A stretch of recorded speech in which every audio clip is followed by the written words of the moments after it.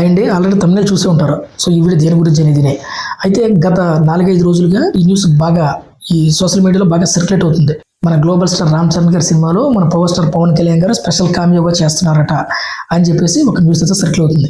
So దీనికి తోడు ఆయన ప్రత్యేకంగా ఉత్తరాంధ్ర భాషలోనే మాట్లాడుతున్నారని, ఈ సినిమాలో చెప్పే డైలాగులు చాలా బాగుంటాయని, పైగా పవన్ కళ్యాణ్ గారు ఉత్తరాంధ్ర స్లాంగ్లో మాట్లాడే ప్రతి సినిమా కూడా బ్లాక్ బాస్టర్ హిట్ అయ్యాయని, సో రకరకాలుగా ప్రతి ఒక్కరు ప్రతి యూట్యూబ్ ఛానల్స్ వాళ్ళు అలాగే కొన్ని సోషల్ మీడియా మెయిన్ హ్యాండిల్స్ వాళ్ళు కూడా చాలా మంది ఈ విషయాన్ని ప్రత్యేకంగా చెప్పడం అనమాట. సో ఇది కొంతమంది ఫ్యాన్స్ అయితే నిజమని నమ్ముతున్నారు, కొంతమంది ఇది ఫేక్ అనేది కొట్టేవారేస్తున్నారు.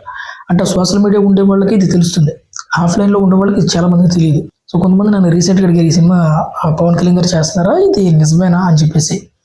సో ఇప్పుడు ఉన్నటువంటి సమాచారం ప్రకారంగా చూసుకుంటే ఈ సినిమాలో ఇటువంటి క్యామియో రూల్ అయితే లేదు, ఉన్నది ఒకటే రూల్, అది ఆల్రెడీ కన్నడ సూపర్ స్టార్ చేస్తున్నారు. సో ఇందులో పవన్ కళ్యాణ్ గారు నటిస్తున్నారు అనేది ఖచ్చితంగా ఇది ఫేక్ న్యూసే. ఎందుకంటే ఆయన రాజకీయాల్లో ఆల్రెడీ బిజీగా ఉన్నారు, ఆయన సినిమా షూటింగ్లు ఆయన చేయడానికి ఆయనకి ఖాళీ దొరకట్లేదు. సో మళ్ళీ స్పెషల్ కామియోలు అంటూ ఏమీ లేవు. సో ఇదేంటంటే వాళ్ళు వ్యూస్ కోసం లేదంటే వ్యూవర్షిప్ కోసం, అలాగే మీడియా ఛానల్స్ ఉన్నాయి కదా కొన్ని పెద్ద ఛానల్స్ టీఆర్పీ కోసం ఇలా చేస్తున్న న్యూస్ తప్ప ఇందులో ఎటువంటి నిజము లేదు. సో మెగా ఫ్యాన్స్ ఇది ఫేక్ న్యూస్, ఇది నమ్మకండి. నిజంగా పవన్ కళ్యాణ్ గారు రామ్ చరణ్ గారి సినిమాలో నటిస్తే ఖచ్చితంగా థియేటర్ల దగ్గర అంబులెన్స్ ఖచ్చితంగా పెట్టాలి. సో థియేటర్లు బ్లాస్ట్ అయిపోతాయి అన్నమాట.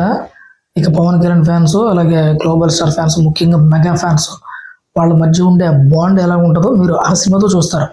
అది జరగాలని నేను కోరుకుంటున్నాను, బట్ అది జరిగే ఛాన్స్ లేదు. ఎందుకంటే పవన్ కళ్యాణ్ పూర్తిగా రాజకీయాలకి కేటాయించేశారు.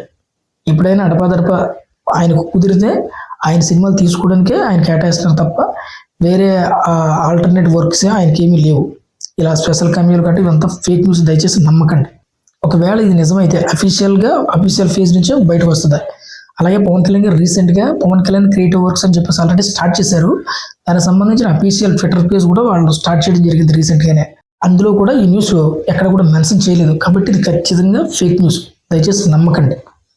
పెద్ద సినిమా ఎలా ఉండబోతుంది ఆ సినిమా గురించి మాత్రం ఆలోచించండి మెగా ఫ్యాన్స్. తప్పితే ఈ ఫేక్ న్యూస్లు మాత్రం దయచేసి ఎక్కడ కూడా నమ్మొద్దు, వాటిని స్ప్రెడ్ చేయొద్దు.